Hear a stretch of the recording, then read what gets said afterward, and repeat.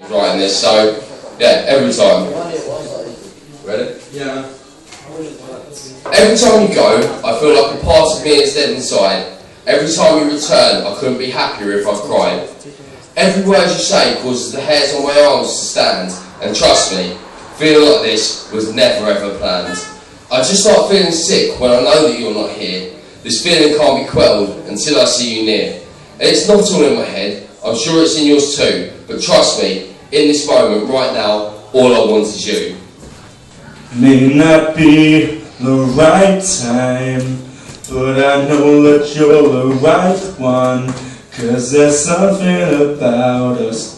The marriage of a Daft Punk and an Uber geek. I quell my thoughts, melt in syrup smiles, and taste the sweetness of this feeling, this moment. The moment, let it linger, let it never die, or forever I shall be plagued by questions. Why? Why I never acted upon impulse as I usually do, why I kept silent, never revealed my feelings for you. Easier said than done, I hear that quite a bit. I mean, I see the moment, yet I often run from it. It's not my choice, alas, merely the fear that does ensue. It's something that I know I wish I could easily undo.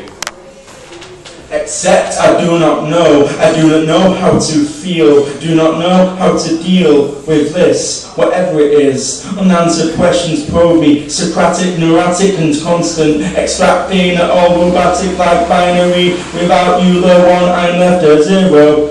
4 years, and it took 1 day. 2 years ago, it took 1 month. Now it takes forever, or at least 1 moment longer is an eternity. When spent in this uncertainty, I wish to find the answer, and I believe that I will.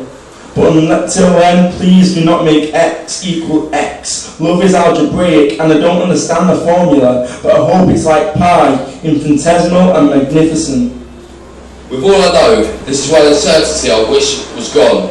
I'd hate to make a move and realise all I thought was wrong, but I believe you know exactly what I'm going through, the confusion, not knowing. I think that you're there too. And every step closer to an answer that I seem to take leads to 100 more questions.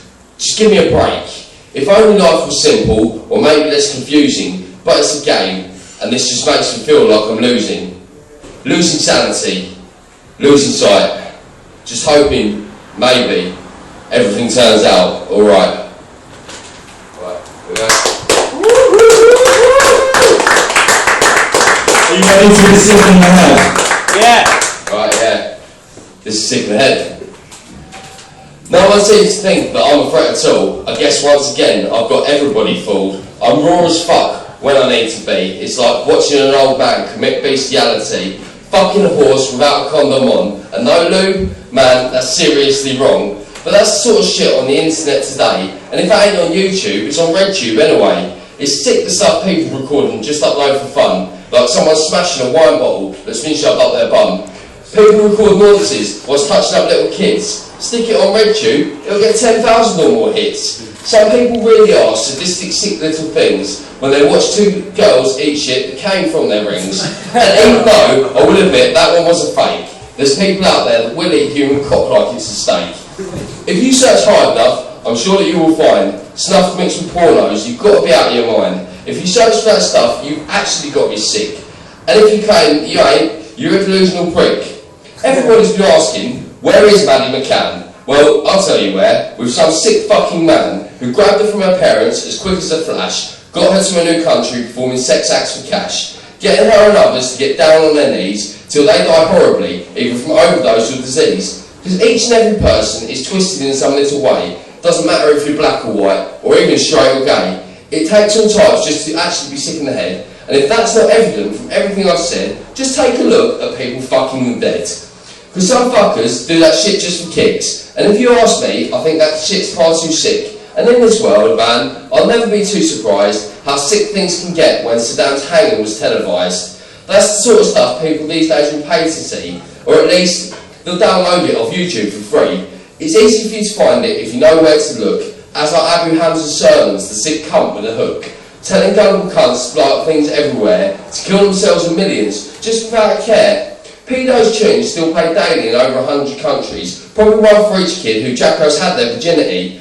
Glitter ain't much better, who died out in Taiwan. For fucking children, from here to Hong Kong. Huntley the caretaker took care of Holly and Jess by sticking their bodies in the furnace to save on the mess. Dr. Shipman's killed more grannies than JPS fags. When he was done, they needed multiple body bags. All was Wayne Bobbitt, who cheated on his then wife, so she cut off his cock, and now he's scarred for life. Police arrest people just for breach of the peace, but there's pedos out there walking the streets, snatching people's kids from right out of sight, be it in the middle of the day or even the dark of the night. Hertfordshire is only just a small little place, but they found a decapitated man, all but his face. A 13-year-old can easily buy a lock knife. £15 and one stabbing later, he's sentenced to life.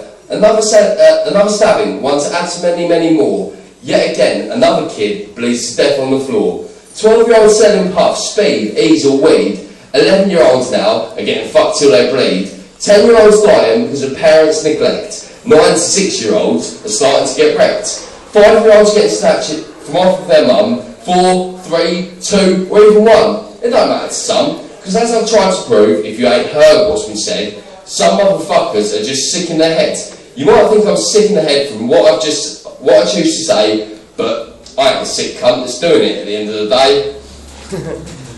The Daily Mail print this kind of shit for kids. Publish in English, now tell me who's really sick. Everybody's shocked at Fritzl and Amstetten, but kids are half naked in Twilight, peeps are forgetting. He's seen kid bitches led by a Mormon, led to men becoming boys and pussies conforming. Is it any wonder that I end up in a rage when girls get paid to dance in a cage? Caged like animals, raw meat like cannibals. Yeah, fuck it, my granddad may have been a nonce, but nature nurtures bullshit, I won't touch a kid once. Fear created by the Austrian people, control the population, problem like sheeple. Freud speaks of Oedipus, humanity excreting this, shitting on everything we could be just to conform, till the day that Fritzl and Hitler become the norm.